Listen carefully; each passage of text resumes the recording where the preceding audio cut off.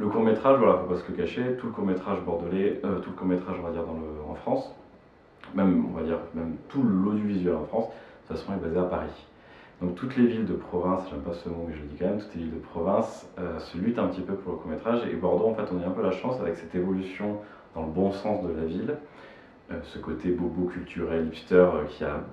finalement en fait, qui a fait une bonne chose de la ville de Bordeaux. Mais il y a beaucoup de choses qui sont créées et on va dire il y a beaucoup d'initiatives, beaucoup d'initiatives qui se sont faites, dont pas mal de gens qui se sont dit après la fac, on va monter des petites assos de production de court-métrage, comme il y en a partout en France. Mais après, il y a pas mal d'assos, comme Clinosession, dont je suis président, qui, depuis 2005, essayent de proposer de l'émergence dans le court-métrage. De base, il faut se rendre compte que tous les réalisateurs du monde ont commencé par le court-métrage. Personne n'a commencé directement par le long-métrage, donc dans tous les cas, le court-métrage restera une passerelle, et tant qu'on ne maîtrise pas le format court, on ne va pas s'aventurer sur du long. C'est-à-dire qu'écrire déjà juste une scène de 3-4 minutes, où le dialogue est bon, le son est bon, la mise en scène est bonne, si on maîtrise déjà pas ça, ça ne sert à rien de s'aventurer sur le long. Et ça, que ce soit les professionnels, les amateurs, ou même tous les gens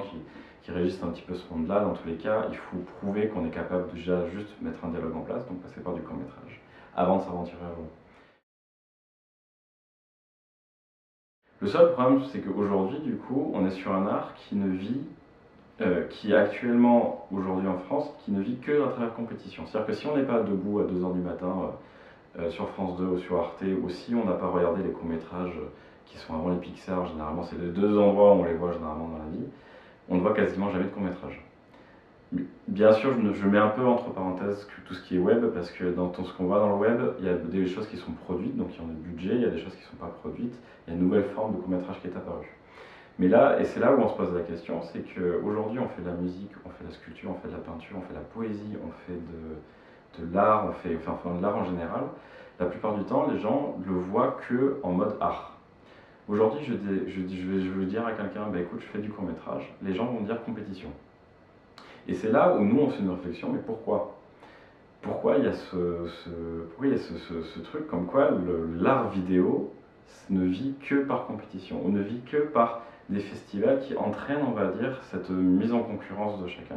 Alors que, on va dire que ça nous paraît tellement irréel de dire aujourd'hui à des musiciens, on vous met tout dans une pièce et celui qui va produire le meilleur morceau qui va gagner un prix et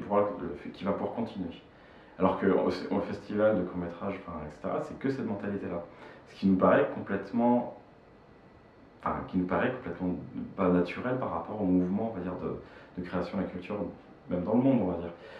Et bien sûr qu'il est compréhensible parce que le court-métrage qui dit cinéma, qui dit gros moyen, mais c'est là aujourd'hui où il faut revoir un peu notre façon de penser sur la vidéo, c'est qu'aujourd'hui même un iPhone peut filmer, je prends toujours l'iPhone en exemple, mais n'importe quel smartphone peut aller filmer la vidéo maintenant. Et que du coup, je pense qu'on va aller dans un futur, j'espère, assez proche, où on va dire que la forme du court-métrage prend une autre forme complètement par rapport au festival, où on va recommencer à voir une autre forme de court-métrage qui va pouvoir vivre sans aucune compétition. On va dire que je pense qu'il va y avoir des efforts faits par les régions pour financer ce mode-là, mais là, on attaque, on va dire, un modèle financier du CNC qui est très, pas vieux, mais qui est très, très institutionnel, qui est très carré, où je pense pas que dans 10 ans il aura vraiment évolué. Je pense pas qu'il aura vraiment évolué, mais tout en ayant un paradoxe où il y a de plus en plus d'écoles d'audiovisuel qui se lancent. Donc dans 10 ans, je pense que le court-métrage, on aura une petite évolution, mais qui ne sera pas flagrante par rapport à aujourd'hui. À part dans le web, où là, ça va donner une sorte de diffusion qu'on ne connaîtra pas avant, qui est déjà existante aujourd'hui, mais je pense qu'elle va encore exploser demain. Donc ça va donner une autre forme. Après, malheureusement, je pense que le côté un petit peu élitiste du cinéma global, le côté un petit peu élitiste, le côté inaccessible, on va dire, du cinéma, il faudra plus que 10 ans, et je parle même pas de 20 ou 30 ans, je ne sais pas du tout, mais je pense qu'on est quand même assez loin pour que ce domaine soit complètement accessible à tout le monde.